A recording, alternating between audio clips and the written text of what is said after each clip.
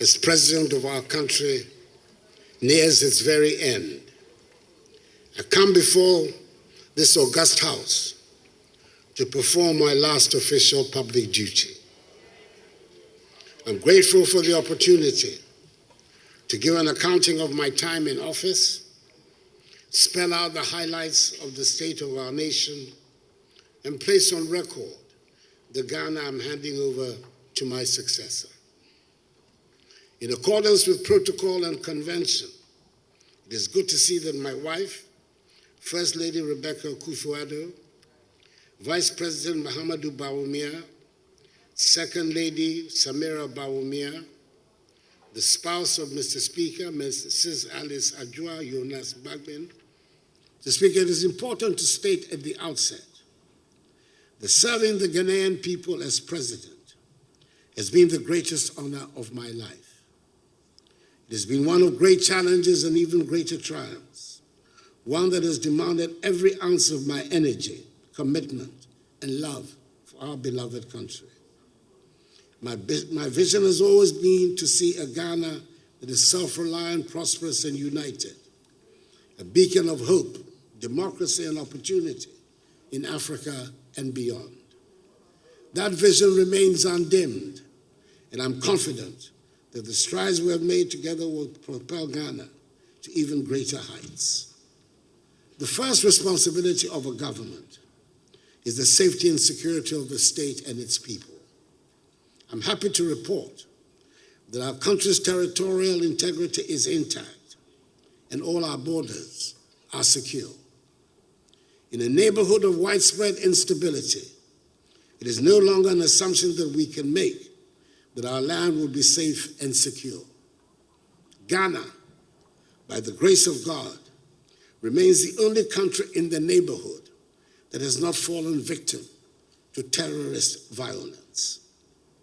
It has taken a lot of concerted effort, and dare I say a lot of money, to enable us to protect our country from the ravages of the variety of terrorist groups operating and destabilizing other countries in the neighborhood. I wish to pay great homage to the security services and their ministerial leaders for the work they do every day to keep us safe. It gives me no great pleasure to state that an important and integral part of the fabric of our society and the hallmark of our traditions, chieftaincy, continues to be a source of insecurity and destabilization. Upon coming into office, we worked hard with considerable assistance from the Committee of Eminent Chiefs, Otumfuo Asantehene, the Nairi, and the Yabonwura, to bring finally a resolution to the conflict which had blighted the ancient kingdom of Gabon for many, many years. Bringing peace to Gabon remains one of the high watermarks of my time in office, and I had been so looking forward to counting it with pride as the top of the list in resolving chieftaincy disputes and conflicts. Unfortunately, the sad situation in Boko must necessarily dampen any enthusiasm about the resolution of chieftaincy problems elsewhere. It is a matter of great regret and distress to me personally that in spite of our best efforts, the Boko conflict remains unresolved. Boko is unhappily not the only area of chieftaincy conflict. In judging from the experience of other parts of the country, I will have to mark chieftaincy as a growing source of insecurity that will continue to require a lot of attention. I'm happy to be able to say that we have implemented some of the boldest and most progressive policies in the mining, forestry, and land sectors.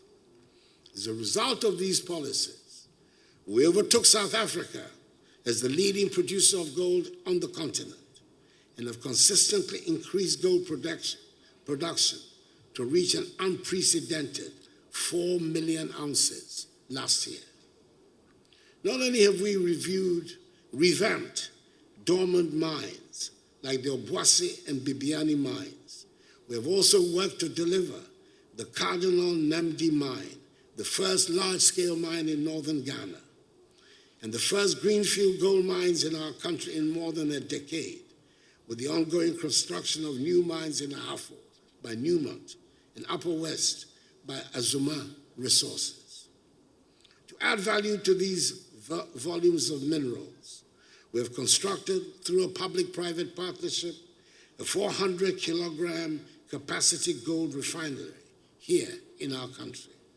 Under the Ghana Cocoa Red Plus program, we have also completed all the necessary steps under the voluntary partnership agreement with the European Union.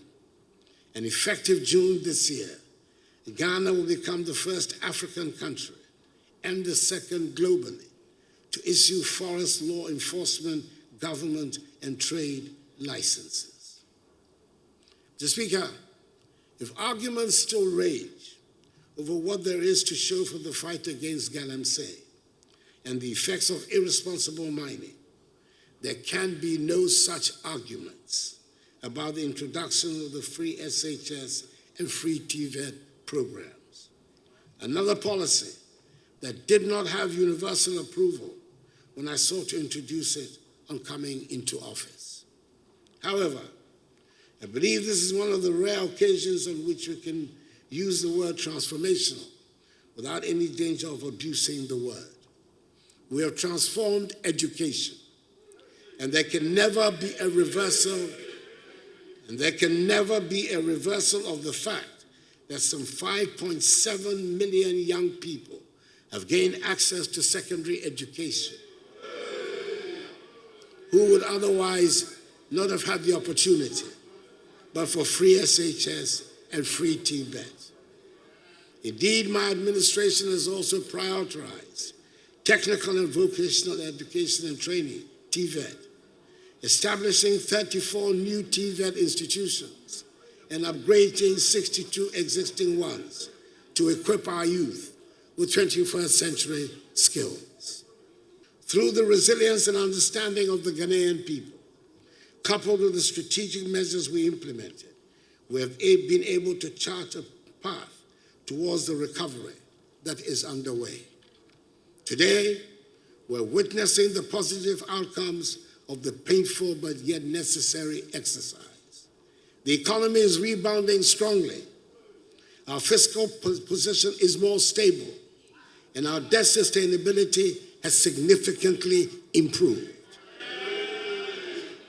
These developments have provided a solid foundation for sustained growth and development, ensuring that the sacrifices made by bondholders and other stakeholders will not be in vain, but rather the basis of Ghana's economic revival. Mr. Speaker, the country is not broke, as some propagandists want us to believe. We're handing over the country with gross international reserves of almost $8 billion United States dollars.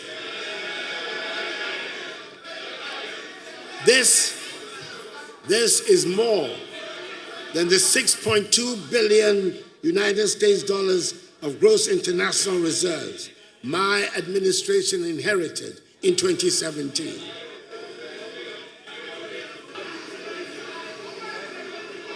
Honorable members, your statistics might be different from his, but that doesn't mean he's misleading the House. He is in order. Please, Your Excellency, continue. Mr. Speaker, the statistics cannot be different. There's only one set of statistics that there is. It cannot be different. There's only one set of statistics. Truth is indivisible. Truth is indivisible. It's one and one only. Your Excellency, thank you very much. As an accomplished member of Parliament, you are out of order. Thank you, Mr. Speaker, economic growth has also returned to the pre-COVID trajectory with an impressive growth rate, rising from 4.8% in the first quarter of 2024, 7% in the second quarter, and 7.2% in the third quarter. It is projected that this year's growth rate will be 6.3%, significantly higher than the 3.4% my administration inherited in 2017.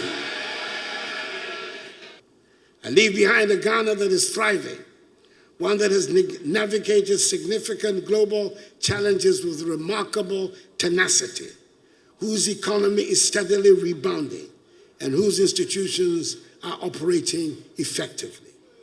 It's a Ghana where the youth are being empowered with opportunities to channel their energies into meaningful and productive endeavors, where the arts are beginning to flourish, and where the elderly can grow old in safety and dignity, and continue to make meaningful contributions to society. I leave behind, Mr. Speaker, a Ghana that is working. Mr. Speaker, honorable members, I thank you for your attention.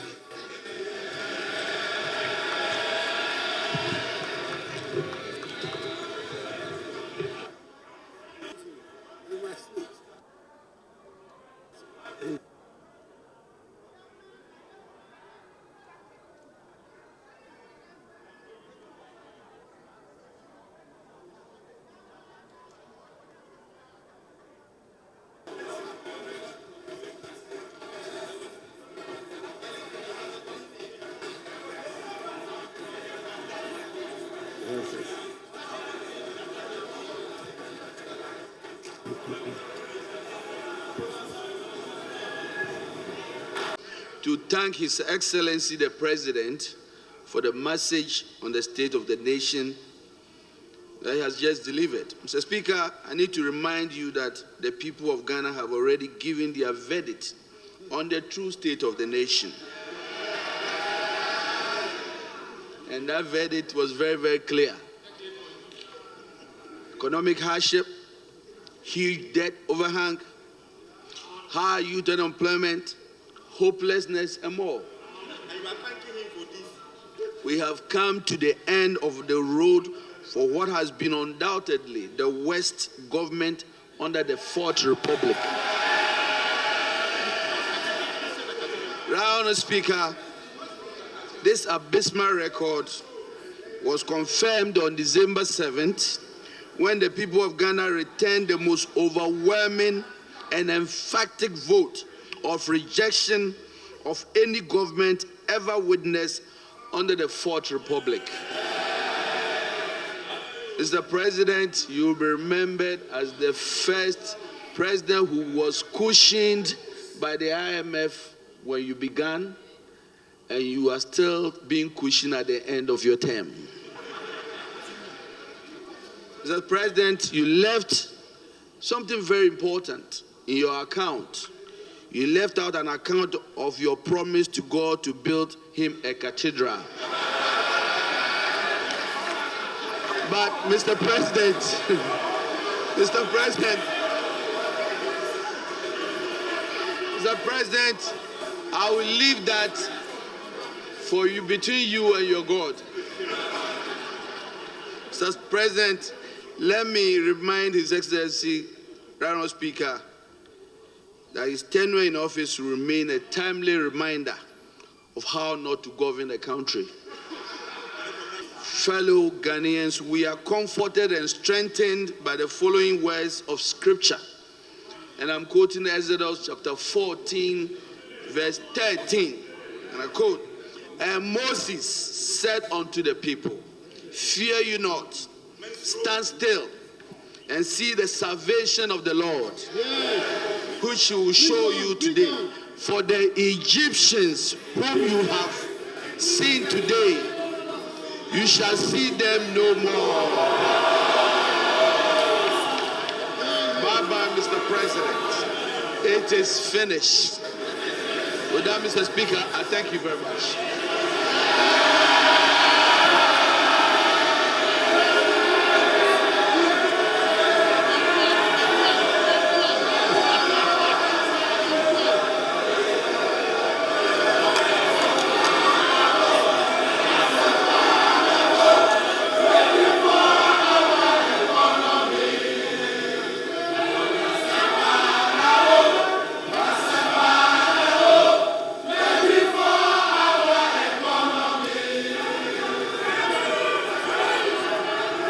Honorable members.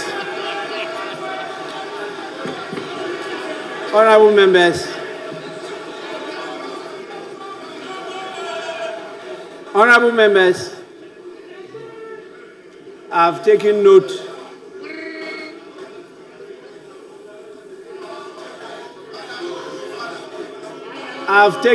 of all those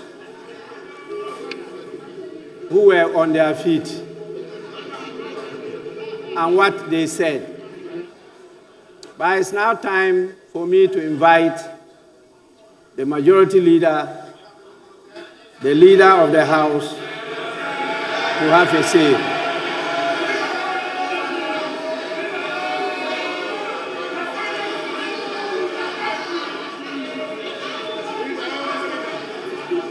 Mr. Speaker,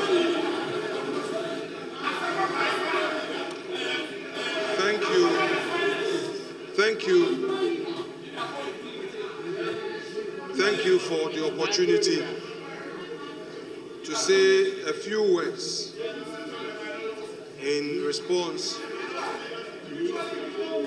to the statement on the state of the nation delivered by His Excellency the President. Mr. Speaker, this is the man who, 1997, entered the Chamber of Parliament during the second Parliament of this Republic. He inspired the youth of this country through his advocacy. Hansa testifies of his great work in the chamber of this House. Then, as students, we sat at the gallery to observe and to take inspiration from him. Mr. Speaker, through resilience, through firmness of conviction,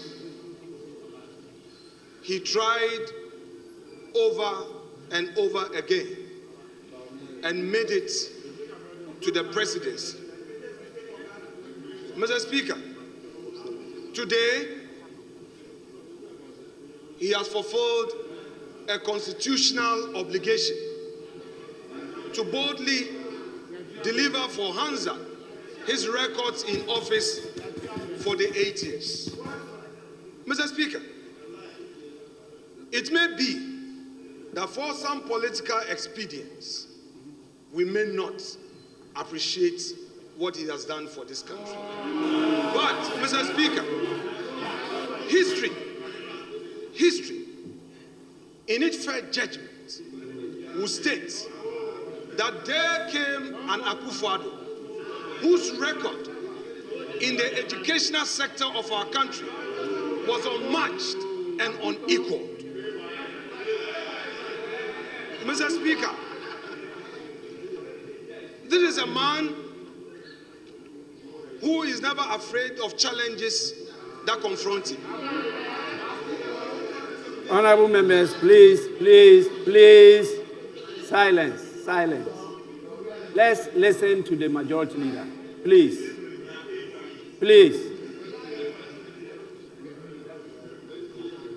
Mr. Speaker, he has given us data, which data tells us the record he came to meet and the record he's leaving us with. Mr. Speaker, the Agenda 111, a very ambitious policy to revive our health sector and to provide for the needs, the health needs of the many vulnerable communities, Mr. Speaker, which is also unmatched, is there for all of us to see. Mr. Speaker, above all, this president and his government have demonstrated that they have what it takes to keep our country safe all around us. And by virtue of my being a member of the ECOWAS Parliament, I am able to say on authority the challenges our West African neighbors face in terms of security. This country is safe and secure, and it is a haven for many West Africans who would want to invest in our country. This is a country we must be proud of. Mr. President, your country is proud of you. Democracy has experienced its best under your leadership. Today, we are being told that there's a new hope. That's no problem. It is supposed to be so. But soon, we will see the true colors of the umbrella. So, Mr. Speaker, I would want to say to my colleagues that you are yet to take over. We would be watching you for the next 4 years. And if indeed you have transformed, we will see with our naked eyes. This is a government that came into office and faced major challenge which confronted the world all over, but demonstrated resilience. This is a government that ensured that in spite of the COVID, all government sector workers were paid. This is a government that kept the lights on. This is a government that ensured that over 5.7 million Ghanaians had access to education. And Mr. Speaker, I would want to relate to this issue of free SHS. It took the grace of God for me to complete secondary education because my mom could not afford, my stepdad could not afford. It took the grace of God. And I know there were many Ghanaians who could not afford free SHS and because could not afford secondary education and had to stay at home. We know in our communities today, all those who could not get free SHS benefited from it when Akufo-Addo assumed office. Mr. Speaker,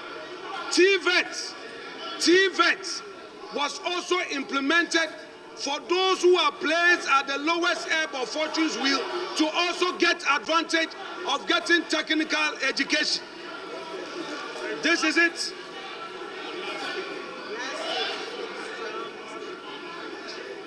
This is the record that Nana Akufo-Addo is leaving us with. Mr. Speaker, posterity will be the utmost judge.